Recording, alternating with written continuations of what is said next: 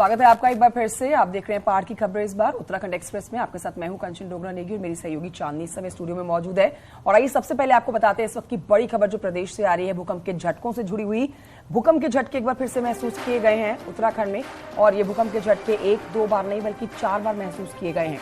भूकंप के झटके एक के बाद एक 4 बार महसूस किए गए, जिनकी तीव्रता 2.5 रही है। रात 12 बजे के बाद 4 बार ये भूकंप के झटके महसूस किए गए। भूकंप के झटके, पहला भूकंप का झटका जो रहा वो 12:37 पर रहा। दूसरा भूकंप का झटका 12:39 पर, तीसरा भूकंप का झटका 12:44 पर आया और चौथा भूकंप का झटका 12:55 पर महसूस किया गया। 5 मार्च को पौड़ी में भी 2.5 रिक्टर पैमाने का महसूस किया गया था भूकंप का झटका। अब एक बार फिर से एक के बाद एक 4 भूकंप के झटके उत्तराखंड वासियों को डरा रहे हैं।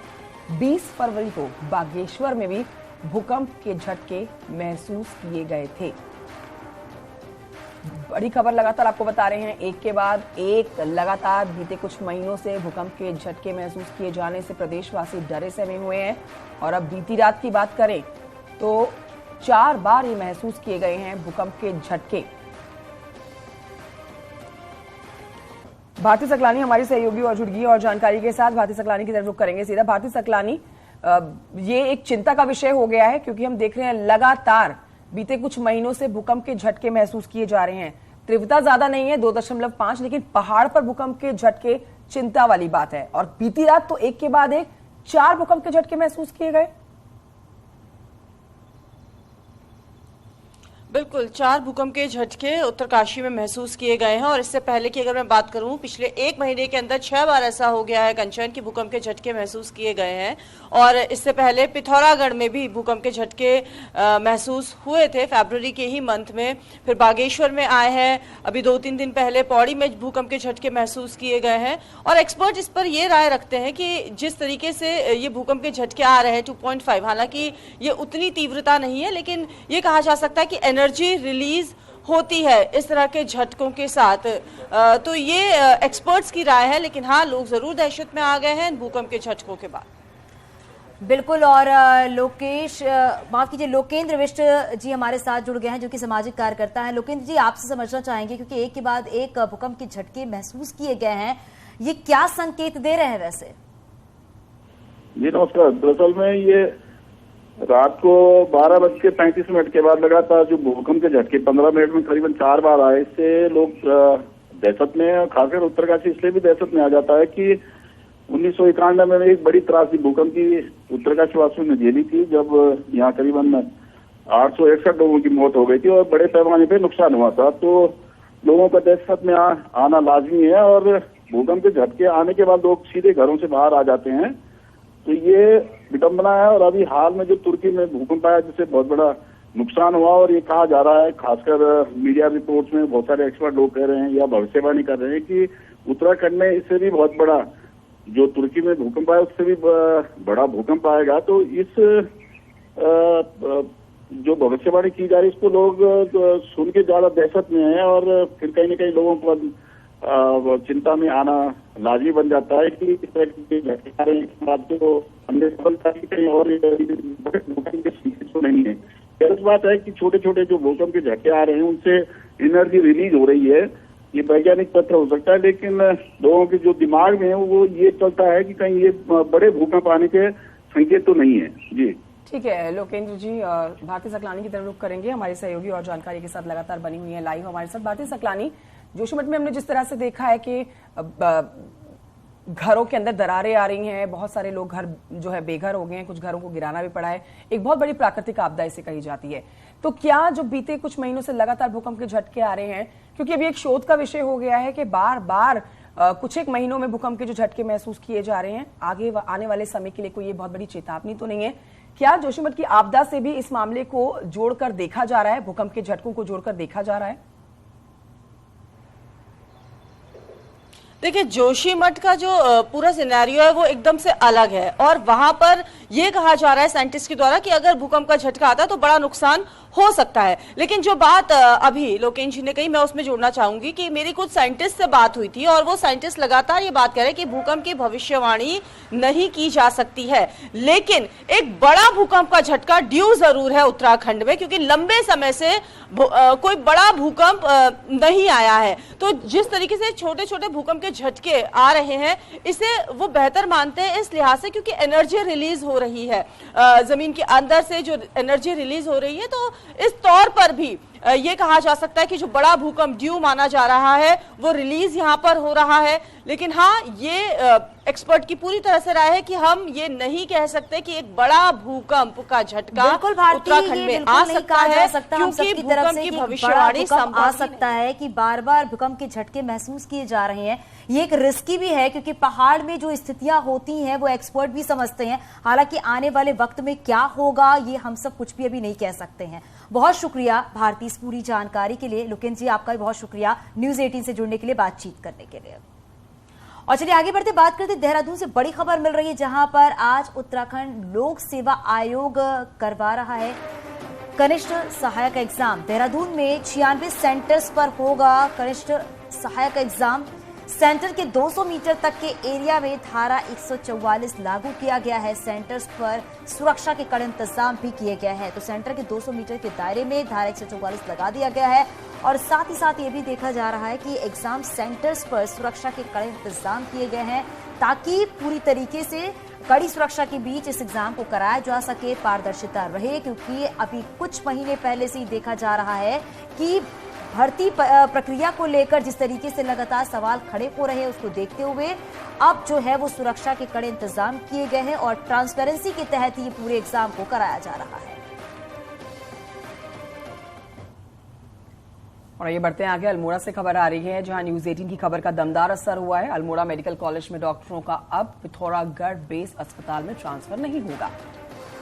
स्वास्थ्य मंत्री ने फोन पर अल्मोड़ा मेडिकल कॉलेज के प्राचार्य को आश्वासन दिया और लिखित आश्वासन देने की बात कही, जिसके बाद अब माना जा रहा है कि डॉक्टर्स का ट्रांसफर नहीं होगा। अल्मोड़ा से 12 डॉक्टर्स का पिथौरागढ़ ट्रांसफर हुआ है, जिसका लगातार विरोध किया जा रहा है दूसरे डॉक्टर्स की तरफ से।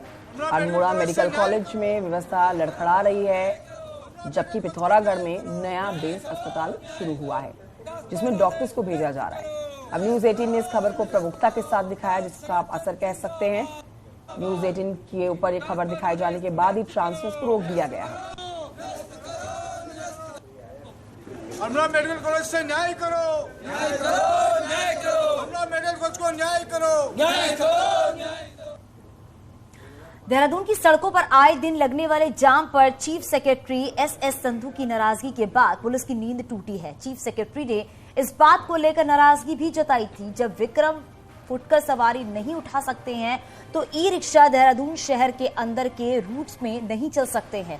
तो ये दोनों चीजें कैसे हो रही हैं? चीफ सेक्रेटरी की नाराजगी के बाद हरकत में आई देहरादून पुलिस ने पिछले 2 दिनों में करीब 250 चालान कर डाले हैं। अब एक्शन में ये पुलिस दिख रही है और पुलिस का ये कहना है कि विक्रम वाले और ई रिक्शा चालक समय रहते नियमों को फॉलो करें, वरना सख्त कार्रवाई होगी।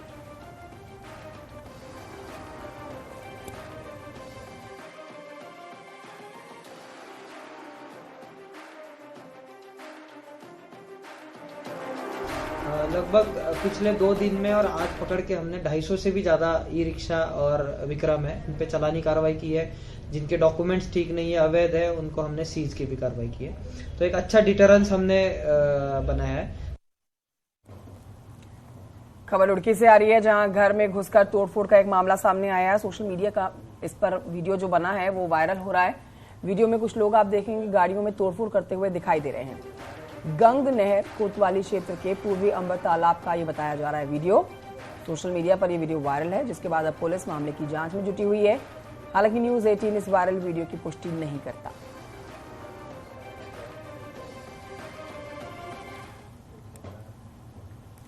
जसपुर में जीएसटी की टीम ने कई जगहों पर छापेमारी की है, जिसके बाद कारोबारियों में अफरा तफरी फैल गई है। टैक्स चोरी के आरोप में जीएसटी की अलग अलग टीमों ने कई प्रतिष्ठानों पर एक साथ छापेमारी की है। कई कारोबारियों ने डर के मारे दुकान बंद कर लिया और दुकानों पर ताला लगाकर वहां से चले गए। जीएसटी टीम ने करीब 28 जगहों पर ये छापेमारी की है, जिन्हें पहले से चिन्हित किया गया था और आगे भी कार्रवाई जारी रखने की बात कही गई है।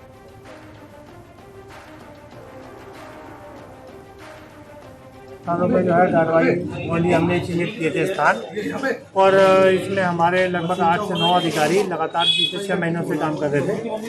तो ये स्पॉट वेरीफाई किए गए। इसमें जो भी कार्रवाई है अभी स्टिल कंटिन्यू है। कुछ मैसेज जो लगभग 5 हैं उनको सील कर दिया गया है। बढ़ते आगे देहरादून से खबर, जहां पर कोतवाली पटेल नगर के भंडारी बाग इलाके में एक 75 साल की बुजुर्ग महिला की हत्या का मामला सामने आया है। महिला की गला रेतकर हत्या की गई है। सूचना के बाद मौके पर पहुंची पुलिस इस मामले की जांच कर रही है। बताया जा रहा है कि मृतक कमलेश धवन घर में अकेली रहा करती थी। घर में पहले भी हो चुकी है चोरी की एक बार ऐसी ही घटना। देहरादून में बुजुर्ग और अकेले रहने वाले सीनियर सिटीजन कई लोगों की अब चिंता का विषय बन चुका है ये, क्योंकि कई लोगों के निशाने पर हैं। प्रॉपर्टी के लिए उनकी हत्या हो रही है। इस मामले में भी कुछ ऐसी ही आशंका जताई जा रही है, जिसमें पुलिस जांच कर रही है। पहले घर में चोरी होना और फिर प्रॉपर्टी की खातिर हत्या को अंजाम देना, पुलिस शुरुआती जांच में कुछ ऐसा ही पा रही है। इससे पहले भी देहरादून में ऐसे कई मामले सामने आ चुके हैं, लिहाजा पुलिस को इस मामले को गंभीरता से देखना होगा।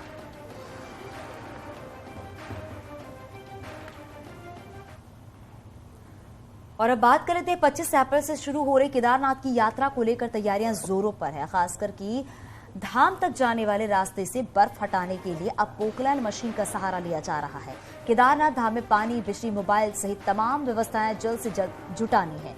ऐसे में पहले रास्ता खोलना जरूरी है। इस वीडियो में आप देख सकते हैं कि पोकलैंड मशीन है और केदारपुरी में रास्तों से बर्फ हटा रही है। इसके साथ ही यहाँ जो कैंप है उनके आसपास की परत को भी इसी मशीन से हटाया जा रहा है।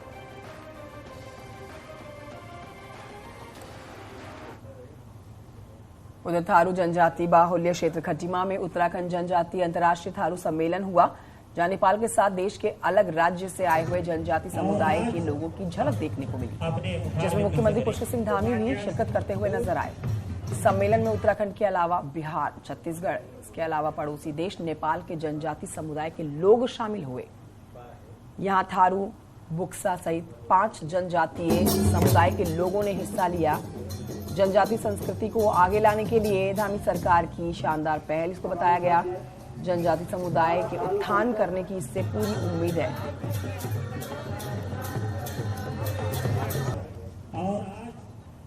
हम सभी प्रतिबद्ध हैं, संकल्पबद्ध हैं, और मैं कहना चाहता हूं कि हम लोगों को आज जो भारत के प्रधानमंत्री जी के द्वारा एक उनके उत्थान का जो संकल्प लिया गया है, जिसमें संपूर्ण देश का जनजाति समाज आगे बढ़ चढ़कर भाग ले रहा है, मेरे इस खटीमा की धरती के लोगों को भी आगे आने की आवश्यकता है।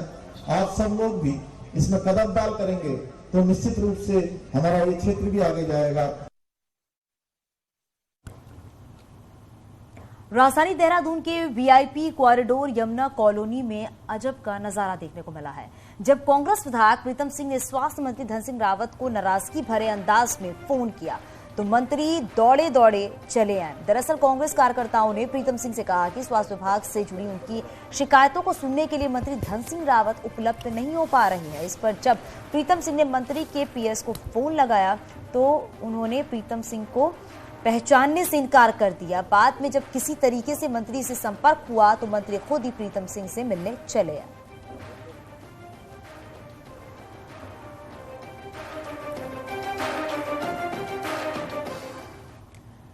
और ये बढ़ते हैं आगे देहरादून से एक खबर, जहां पर पूर्व मुख्यमंत्री त्रिवेंद्र सिंह रावत और उनकी दोनों पुत्रियों कृति और श्रीजा ने शनिवार को देहदान का संकल्प लिया है।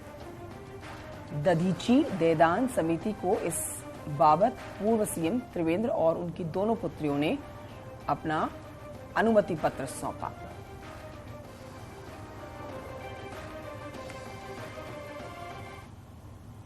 अपने बयानों और चंद घंटों के अनशन से चर्चा में रहने वाले पूर्व सीएम हरीश रावत कहते हैं कि उनके पास पैसों का टोटा हो चुका है। पैसों का टोटा इतना जबरदस्त है कि पॉलिटिक्स करना भी मुश्किल है। उसके साथ ही वो ये भी दावा कर रहे हैं कि अगर उन्हें एक उधार का हेलीकॉप्टर मिल जाए तो वो कांग्रेस का बेड़ा पार करा देंगे। आप